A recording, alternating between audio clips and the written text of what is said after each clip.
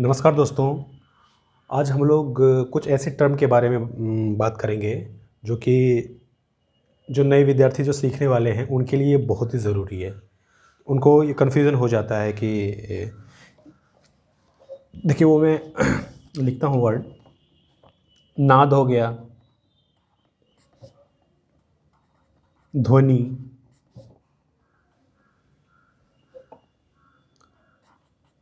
श्रुति, स्वर, सुर। ठीक है, तो इसको हम बिल्कुल ऐसे बिल्कुल कहानी की तरह इसको समझेंगे, हम बिल्कुल समझ में आ जाएगा, जो कि बिल्कुल दिमाग से नहीं उतरेगा ये। तो सबसे पहले कि जब हम कुछ चीज़ गाते बजाते हैं तो इसमें किस चीज़ की बात होती है? ध्वनि की बात होती है। तो सबसे पहला जो वर्ड आएगा ध्वनि, इसके बारे में हम जानते हैं। ध्वनि, ध्वनि, ठीक है। अब देखिए ध्वनि क्या है? कुछ भी हमें जो सुनाई पड़ता है, कुछ भी जो आवाज़ हमें सुनाई पड़ता है वो ध्वनि है। आप कुछ भी करो, आप मैं बोल रहा हूँ वो आवाज़ आ रही है वो ध्वनि है। अब टीवी चल रहा है, ध्वनि है। साउंड चल रहा है, ध्वनि है। कोई कुदाल चला रहा है, उससे जो आवाज़ निकलती है वो ध्वनि है। कोई बच्चा हंस रहा है, वो ध्वनि है। कुछ भी चीज़ जो हम सुन पाते हैं वह ध्वनि है। अब ध्वनि देखिए, ध्वनि जो है, कुछ हमें ध्वनि सुनने में अच्छा लगता है, कुछ ध्वनि हमें सुनने में बिल्कुल अच्छा नहीं लगता। ठीक है, तो जो ध्वनि हमें सुनने में अच्छा लगता है, तो जो मधुर ध्वनि होता है, मधुर, और कुछ होता है जो कि शोर होता है। शोर होता है वो हमें कर्कश लगता है, कर्कश लगता है, बिल्कुल सुनने में अच्छा नहीं लगता है। तो संगीत में इस ध्वनि का कोई उपयोग है ही नहीं। इन ध्वनि का कोई उपयोग नहीं है, शोर कर्कश वाले ध्वनि को। और जो मधुर ध्वनि जो हमें सुनने में अच्छा लगता है, उस ध्वनि का नाम दिया गया है नाद। ठीक है, उस ध्वनि का नाम दिया गया नाद।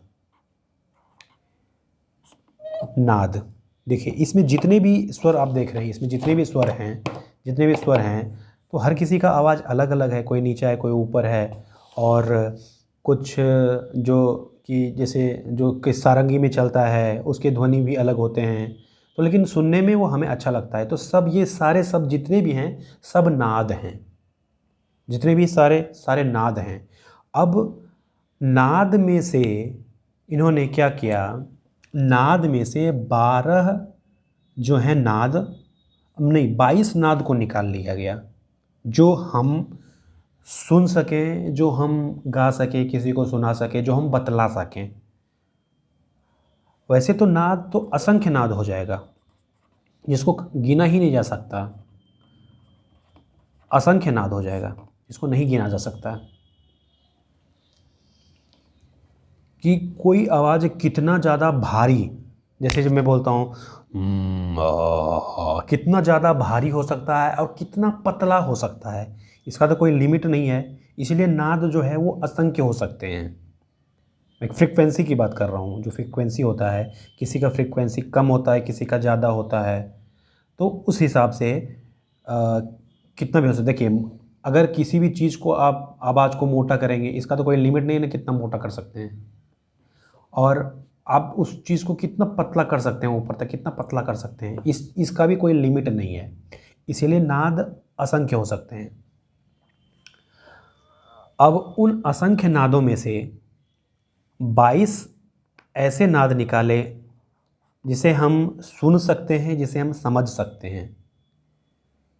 ठीक है, तो उन 22 नादों को का नाम दिया गया श्रुति। ये 22 नाद का जो नाम दिया गया श्रुति, इसको हम श्रुति कहेंगे। अब 22 नादों, 22 श्रुतियों में से 12 ऐसे ऐसे चुने गए श्रुति, उसका नाम दिया गया स्वर। पहले नाद आया, नाद में से 22 निकाले गए। उसको नाम दिया गया श्रुति। अब उस श्रुति में से 12 निकाले गए, 12 निकाल दिए गए, उसका नाम दिया गया स्वर। स्वर जो कि आप जानते हो, स्वर सा रे गा मा पा धा नी सा, सा दो रे दो ग दो म पा दो ध दो नी, टोटल 12। तो ये हुए स्वर। ठीक है। अब देखिए जो 22 श्रुतियाँ हैं उसमें से स्वर कैसे निकाले गए, किस किस जगह से निकाले गए, वो हम थोड़ा सा इसको देखते हैं। पहले हम नंबरिंग कर लेते हैं। 1 2 3 4 5 6 7 8 9 10 11 12 13 15 16 17 18 19 20 21 और ये हो गया 22। ठीक है, ये टोटल 22 श्रुति। अब देखिए इसमें से जो आप ये देख रहे हो सारे गामा, जैसे हम इस हिसाब से बजाते हैं सा रे गा मा पा धा नी सा, उसका जो जगह है वो 22 श्रुतियों में से कहाँ कहाँ है वो मैं बता रहा हूँ आपको। पहला जो है, पहला ले लिया सा, पहला सा है। अब इस चीज़ को थोड़ा याद रखना है कि सा मा और पा इन सब के 4-4 श्रुतियाँ लिए गए, और रे और धा इन सब के 3-3 श्रुतियाँ लिए गए, और ग और नी इन सब के 2-2 श्रुतियाँ ली गई है।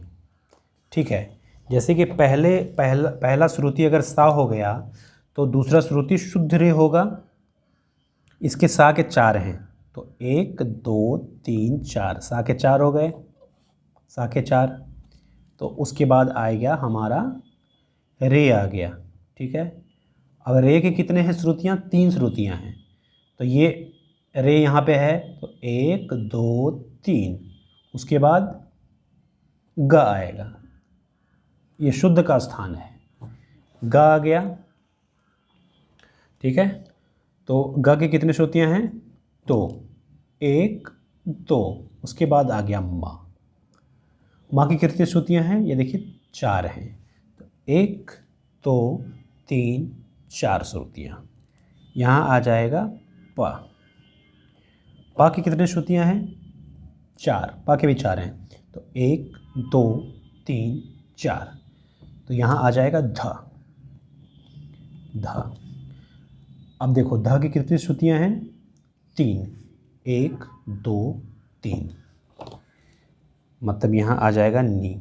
मतलब 22 श्रुतियों में से सा जो है, पहला श्रुति है सा, 5वां श्रुति जो है वह रे है शुद्ध, और जो 8वां श्रुति है उसको शुद्ध ग, और जो 10वां श्रुति है शुद्ध म है, और 14वां जो श्रुति है वो प है, 18वां श्रुति ध है, और जो 21वां श्रुति है वो है नी। ठीक है, तो इन्हीं में से ये निकला है जो कि हम यहाँ पे बाजे पे देख रहे हैं कि सा रे गा मा पा धा नी सा है। ठीक है, एक बार मैं फिर से बता देता हूँ कि नाद में जो मधुर ध्वनि हमें सुनने में लगता है उसको हम नाद कहते हैं। नाद असंख्य हो सकते हैं, उस असंख्य नाद में से 12 नाद को निकाल लिया गया, जो कि ये है, ये जो आप देख रहे हो 12 नाद को निकाल लिया गया। इसका नाम दिया गया श्रुति। श्रुति। अब ये जो टोटल जो हैं उसमें से निकाल लिए गए, जगह जगह से निकाल लिए गए हैं, वो हैं स्वर। ठीक है, तो इसके बीच में है रे, इसके बीच में है कोमल ग, तो राग के हिसाब से कोमल ग में ये 6ठे स्थान वाला भी कोमल ग ये लग जाता है, 7वें स्थान पर वाला भी लग जाता है। ठीक है, तो ये है।